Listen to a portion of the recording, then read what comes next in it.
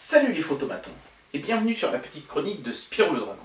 On a déjà testé deux projecteurs dans cette chaîne YouTube, mais il y a un type de projecteur qu'on n'a jamais testé encore, ce sont les mini-projecteurs, ceux qui utilisent une technologie miniaturisée de projection qui s'appelle le DLP. Ce sont des projecteurs qui sont quand même assez à la mode en ce moment. Il y en a même certains qui intègrent des petits, des sortes de petits ordinateurs sous Android qui permettent de jouer à des jeux comme ça en projection et tout. Bon, aujourd'hui, moi, ce que je vais faire, c'est tester un projecteur vraiment basique. Il n'est même pas équipé de batterie, c'est un truc qui se branche sur le secteur, mais qui est quand même suffisamment petit pour être facilement trimballé à droite à gauche. Aujourd'hui, on teste donc ce petit projecteur LED No Name qui m'a été envoyé par Gearbest. Est-ce que ce projet présente un quelconque intérêt ou est-ce que c'est un gadget qu'il vaut mieux éviter? C'est ce que ce test va tenter de déterminer. C'est parti! Bien, alors ce qui est formidable avec ce mini projecteur, c'est que comme il est mini, eh bien l'emballage tient dans le cadre de ma caméra. C'est déjà un point positif. Par contre, il a un petit peu morflé pendant le transport, il a été bien écorné dans un coin, mais bon, a priori, ça a l'air d'être bien rembourré là-dedans, il ne devrait pas y avoir de problème. Donc l'emballage reprend le thème de couleur du projecteur, c'est-à-dire blanc et jaune. On peut voir une belle photo du produit comme ça, en pleine face. LED projecteur, la façon la plus économique d'avoir un projecteur LED haute résolution. Alors il y a au moins un mensonge dans cette phrase, c'est haute résolution, parce que justement, l'une des particularités de ce projecteur, c'est qu'il a une résolution beaucoup plus faible que les gros. Et ça, on va y venir très vite. Sur le côté, rien d'autre que le fait qu'on ait une prise européenne, hein, c'est marqué ici et là. À l'arrière de l'emballage, il y a exactement la même chose. Et voilà, sur les côtés, vous pouvez voir un certain nombre de choses. Voilà, une icône LED projector. Sur l'autre côté, est-ce qu'on va avoir plus d'informations? Oui, on va les avoir, les informations ici. Donc c'est du TFT, entre 400 et 600 lumens, ce qui est pas mal pour un aussi petit projecteur. Contraste 800:1, c'est pas mal non plus. Par contre, évidemment, voilà, c'est là que le bas blesse. La résolution native n'est même pas VGA. Elle est quart VGA seulement, c'est-à-dire 320 par 240 pixels, ce qui nous ramène vraiment des années en arrière en termes de résolution. Voilà, après, pour les autres informations, vous ferez pause et vous regarderez si ça vous intéresse. Hein. Évidemment, on est en 4 tiers, ça vous l'avez remarqué. Je sais pas si on peut forcer un basculement en 16/9, on verra pendant qu'on fait le test. L'appareil consomme entre 10 et 24 watts, ce qui est peu. 23 langues internes, hein, puisqu'il y a un menu interne évidemment, et puis vous avez les dimensions de l'appareil, mais le mieux pour se rendre compte des dimensions, c'est de procéder à l'unboxing. Voilà, donc on peut ouvrir par en haut ou par en bas, moi je vais ouvrir par en bas, hop, on soulève comme ceci, très classique. Voilà, donc vous voyez, comme je disais, c'est bien rembourré avec de la mousse bien épaisse, bien dense. On va regarder d'abord les accessoires, donc ici on a la télécommande, qui m'a l'air assez basique, mais qui m'a l'air assez chouette aussi. Est-ce que c'est des piles boutons ou est-ce que c'est des piles bâtons? Ce serait mieux des piles bâtons. Ce sont des piles bâtons. Elles sont pas fournies, apparemment, mais en tout cas, pas besoin de mettre des piles au lithium machin truc. Ça, c'est une bonne nouvelle, voilà, c'est juste une télécommande de navigation très basique. Étonnamment, on retrouve des boutons à la Android, hein, menu précédent, etc. Même si techniquement, c'est pas sous Android ce petit machin-là. Hein. On a le sempiternel câble audio-vidéo stéréo, ça c'est bien, avec le jack d'un côté et puis les 3 prises Kinch de l'autre. Et l'adaptateur secteur, qui est un gros adaptateur, ça doit être du 12 volts, ça je pense, oui, gagné, c'est un 12 volts, tu veux bien faire le point? Merci, en 2 ampères, voilà, donc quelque chose d'assez classique, hein, voilà, avec une prise standard, donc ça, c'est parfait. Et puis, il y a le projecteur, mais ça, on va le regarder en détail dans un instant. Il y a aussi une petite notice, voilà, User Guide, c'est en anglais, c'est illustré, c'est plutôt bien fait, voilà, donc rien d'exceptionnel, mais le minimum syndical pour bien s'y retrouver. Bien, et maintenant on va se concentrer sur le projecteur en lui-même, qui est vraiment minuscule, hein, ça c'est assez impressionnant de le voir comme ça, ça tient littéralement dans la main, hein, vous voyez, C'est tout petit. Je ne sais pas si on pourra vraiment se rendre compte de sa petite taille comme ça sur la vidéo, mais c'est vraiment très petit. Donc ici on peut voir la lentille de projection, le haut-parleur pour le son qui est intelligemment placé vers l'avant d'ailleurs, c'est pas mal. Le système de refroidissement hein, qui est avec 3 prises d'air ici. Ici on a le récepteur de la télécommande qui est malheureusement lui par contre situé à l'arrière, donc ça c'est un petit peu dommage parce que du coup si vous avez mis le truc contre un mur comme ça, vous aurez du mal à vous servir la télécommande.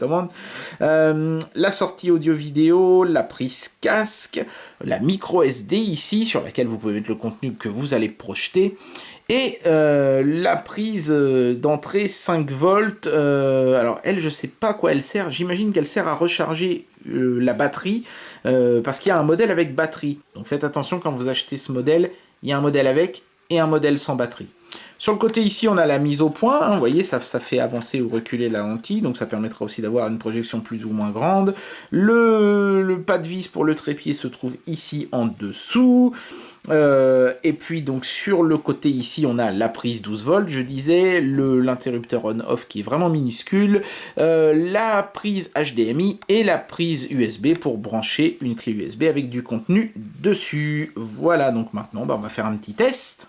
Bien, et nous voici de retour dans mon home cinéma. Il s'est écoulé presque 2 semaines entre le moment où j'ai fait la dernière séquence de cette vidéo et aujourd'hui, parce que j'ai chopé une crève d'enfer. Et d'ailleurs, je tiens à m'excuser par avance si j'ai la voix un peu nasillarde et si je tousse par moment. Voilà. Donc, première chose, l'interface est plutôt sympa, comme vous pouvez le voir, avec donc 4 sections en haut, hein, movie, musique, photo, texte, et à chaque fois qu'on change, ça change aussi l'image en dessous, en rapport avec donc le thème. Donc là, movie, on voit des gens qui s'esclavent devant. Alors ça pourrait aussi bien être un match de foot dans un stade, vu qu'on voit pas l'écran, donc je sais pas pourquoi ils ont choisi ça. J'aurais plutôt mis l'image d'un cinéma ou quelque chose comme ça, mais bon. Musique, on voit quelqu'un avec un casque sur les oreilles, donc bon, c'est déjà un petit peu plus cohérent. Photo, on voit un appareil photo, pas de problème. Et texte, on voit des livres, donc ok, là, à ce niveau-là, c'est cohérent.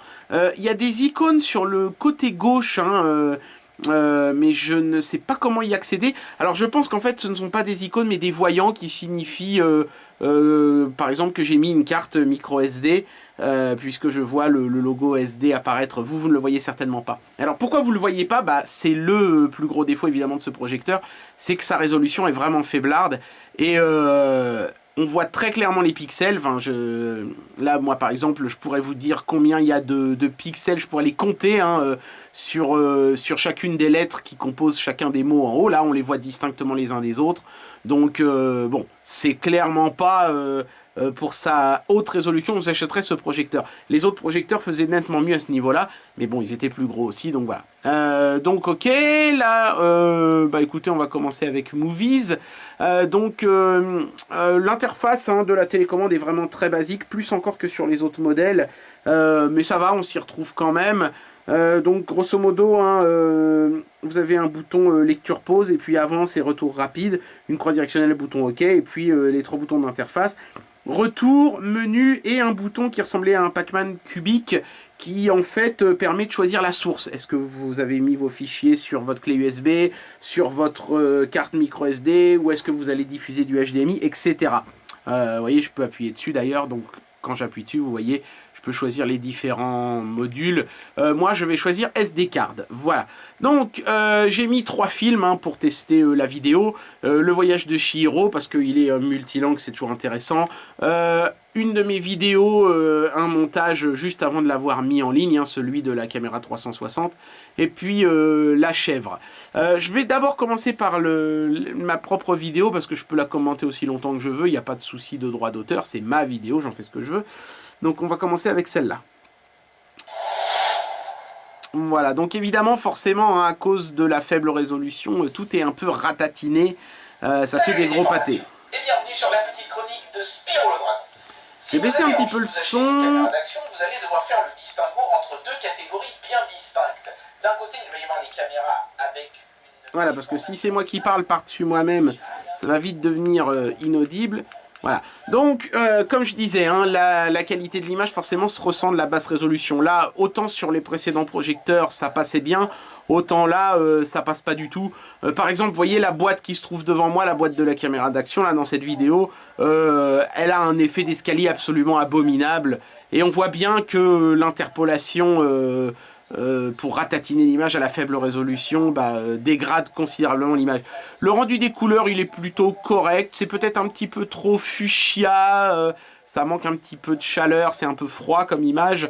Mais enfin, ça va, ça reste potable. Le projecteur s'en sort pas trop mal à ce niveau-là. Et alors au niveau du son, je vais mettre à fond. Pas trop cher, de voir si ça vous plaît ou pas, et puis d'enquiller avec quelque chose de plus sophistiqué. Aujourd'hui, je vous propose de tester une de ces caméras qui m'a été envoyée par ce partenaire que je remercie. Ah oui, vous avez remarqué qu'il y a... Une caméra no-name chinoise qui a l'avantage de coûter nettement moins de 100 € et donc qui vous permettra pour quelques dizaines d'euros. Il y a une échelle de couleurs, hein. Et elle est plutôt bien faite parce qu'effectivement, dès qu'on arrive dans le rouge, ça sature un peu. C'est ce que ce test va déterminer tout de suite. Bien, alors se découvre devant nos yeux émerveillés. Très bien. Donc là, je vais faire pause. Voilà. Donc au niveau du son, c'est plutôt clair. Je suis même assez épaté parce que c'est au moins aussi clair, peut-être même plus que sur les gros projecteurs, alors que pourtant, théoriquement, le son devrait être plus faible puisque le haut-parleur devrait techniquement être plus petit. Mais c'est pas le cas, c'est plutôt clair, c'est plutôt agréable. En termes de bruit de ventilo, je vais me taire 2 minutes, vous pouvez l'entendre. Voilà, donc comme vous pouvez le constater, bon, on l'entend souffler, hein, il n'est pas inaudible, mais il est beaucoup plus discret que sur les autres projecteurs. Je dirais que c'est grosso modo le même type de ventilation que ce qu'on a sur un ordinateur portable. C'est plutôt comparable, donc ça reste relativement discret. Un dernier mot sur la qualité d'image avant d'enquiller avec les autres fichiers vidéo, enfin l'autre fichier vidéo, parce qu'il y avait un troisième film, mais pas le regarder, c'est La Chèvre, c'est pas très intéressant, c'est un vieux film en plus, mais... le contraste est plutôt pas mal, le noir est relativement profond, d'ailleurs là vous pouvez voir hein, que comme c'est un projecteur qui diffuse du 4 tiers, vous avez des bandes noires en haut et au-dessus de l'image, bah là elles sont à peine visibles, hein. Si vous regardez attentivement vous pouvez voir surtout celle du bas je pense, vu l'angle auquel je filme, mais ça reste quand même assez discret, donc on a un plutôt bon taux de contraste, c'est vraiment la résolution qui est le gros défaut de ce projecteur, hein, franchement. Donc allons-y pour un petit MKV, comme ça on va voir comment il s'en sort pour la gestion du son des multilangues donc, et des sous-titres. C'est parti, le voyage de Chihiro. Je vais avancer un petit peu. Ok, c'est dommage qu'on l'offre pour me consoler de mon départ. Il me semble que tu oublies qu'on t'a offert une jolie rose. Voilà, donc là je suis en français, vous entendez. Donc je suis obligé, hein, comme toujours avec ces petites télécommandes qu'on peut de boutons, d'aller dans Info. Voilà, pour ensuite choisir la piste audio. Donc là, je me suis mis en japonais. Et évidemment, ils vont plus parler. C'est pas grave, on va attendre quelques secondes. Ah, tant que j'y suis, tiens, je vais essayer de mettre des sous-titres aussi. Voilà. Comme ça, je peux fermer.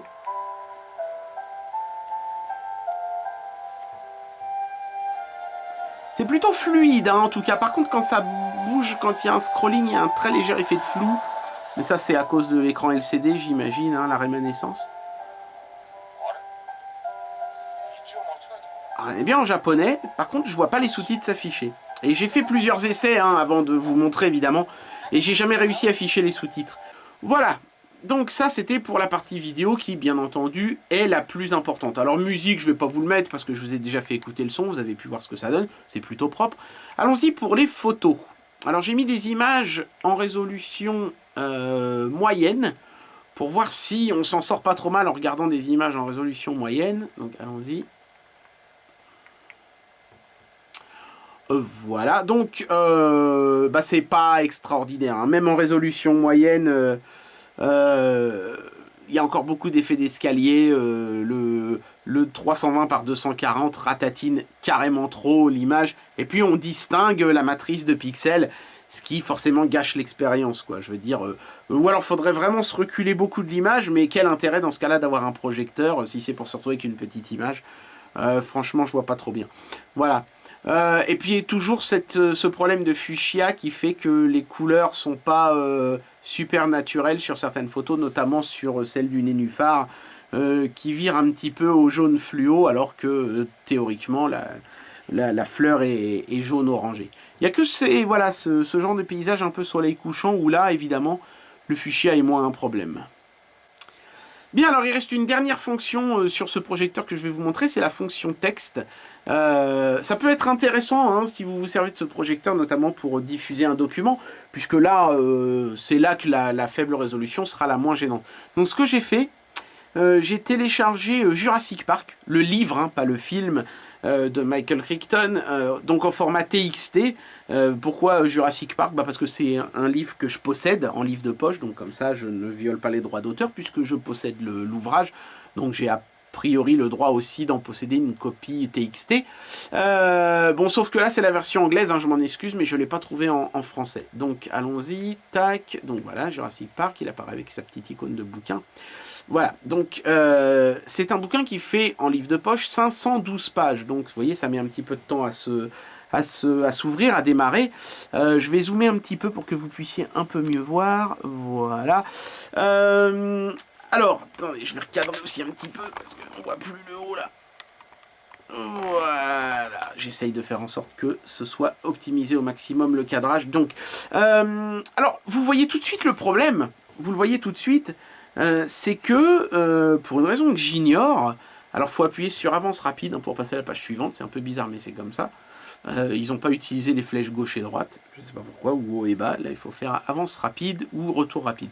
Le problème c'est que ça n'occupe que la moitié de l'écran. Vous voyez en bas à droite, vous pouvez voir la position des pages, hein, vous voyez là 6 sur 2472. Et pourquoi 2472 alors que je dis que le livre faisait 512 pages? Parce qu'il y a la moitié de l'écran qui n'est pas exploité. Donc du coup forcément je n'affiche que très peu de texte à la fois et c'est particulièrement chiant. Et c'est vraiment dommage d'avoir foiré ça parce que ça aurait pu être la chose intéressante pour ce projecteur de diffuser du texte pour par exemple, je sais pas, illustrer un cours pour un professeur. Là on s'en fout de la basse résolution et même ça ils n'ont pas été capables de le faire donc... Un petit peu déçu sur ce coup-là, je m'attendais au moins à ce que... Bon, je m'attendais pas à ce qu'on ait une superbe mise en page et tout, mais qu'au moins le texte occupe toute la largeur de l'écran, quoi. Pourquoi tout ratatiner sur la moitié, hein, c'est vraiment la moitié de l'écran, et l'autre moitié n'affiche que du putain de noir. Bien, alors il est temps d'amener une conclusion à cette vidéo, et de donner une note à ce produit. Alors ce petit projecteur joue la carte du truc sympa, mignon, avec des bonnes finitions, avec une belle interface graphique. Quand on commence à l'utiliser, on a envie d'y croire. On se dit tiens, ça a l'air quand même pas mal. Le son est bon, la qualité de fabrication, le ventilo fait pas trop de bruit. On se dit peut-être qu'on tient un bon petit projecteur. Mais ensuite arrive le moment où on réalise avec beaucoup de déception que cette résolution de 320 par 240 est juste ridiculement trop faible. Regarder un film, c'est faisable, mais la qualité y est pas, il y a beaucoup d'aliasing, il y a beaucoup de motion blur. Regarder des photos, c'est pas terrible, encore une fois à cause de la résolution, et puis aussi parce que les couleurs sont pas super justes. Et regarder du texte, lire du texte, c'est tout simplement pas faisable non plus, parce que la moitié de l'écran ne sert à rien, et du coup sur l'autre moitié, on a très peu de texte, et c'est vite fastidieux. C'est dommage parce que sur certains aspects, le projecteur avait quand même des points positifs. Le taux de contraste est plutôt pas mal. Le taux de luminosité est très correct pour un petit machin comme ça. Mais c'est la résolution, quoi. La résolution plombe tout. Même si vous vous servez de ce truc comme un projecteur HDMI, vous n'aurez clairement pas une résolution suffisante puisque 220 par... 240 par 320, pardon, c'était déjà ridicule sous Windows 95. Alors, projeter quelque chose via ce projecteur me semble un peu utopique. Du coup, ce projecteur, je vais lui donner la note de 2 sur 5. C'est pas une bonne note, mais il mérite pas plus. Il y a trop de défauts. Pourquoi je lui mets quand même 2 étoiles? Parce que, encore une fois, hein, il y a eu des efforts de fait quand même, hein, le contraste et tout ça. Et puis, la qualité de fabrication de l'ensemble est bonne. On sent qu'il y a eu un vrai soin apporté à ce produit. Mais c'est la résolution, quoi. Il aurait eu une résolution VGA ou Super VGA, ce produit aurait pu avoir 4, voire 5 pour la version avec batterie. Je pense que j'aurais mis la moyenne, d'ailleurs, si j'avais reçu la version avec batterie, parce que ça peut être sympa, par exemple, pendant un barbecue, pour projeter des photos de vacances à ses potes pendant qu'ils mangent une bonne côte de bœuf, vous voyez, même si la qualité n'est pas forcément top, ça suffit comme ça, pendant un petit repas entre amis, pour illustrer des événements, des choses comme ça. Mais voilà, c'est tout, quoi. Là, il n'y a pas la batterie, donc il faut le brancher, donc il faut être en intérieur, et donc finalement, ce projecteur, à mon sens, ne sert pas à grand-chose. Et bien voilà, c'était le test de ce petit projecteur DLP, un appareil qui, vous l'avez compris, ne m'a pas véritablement bluffé personnellement. Après, j'imagine que pour certains usages, ça pourrait éventuellement vous servir, donc je pensais que ça pouvait quand même présenter un intérêt de faire ce test. Mais voilà, moi personnellement, j'ai pas été plus séduit que ça. En tout cas, j'espère que cette vidéo vous aura plu, et moi je vous dis à très bientôt pour un prochain test. Allez, tchuss!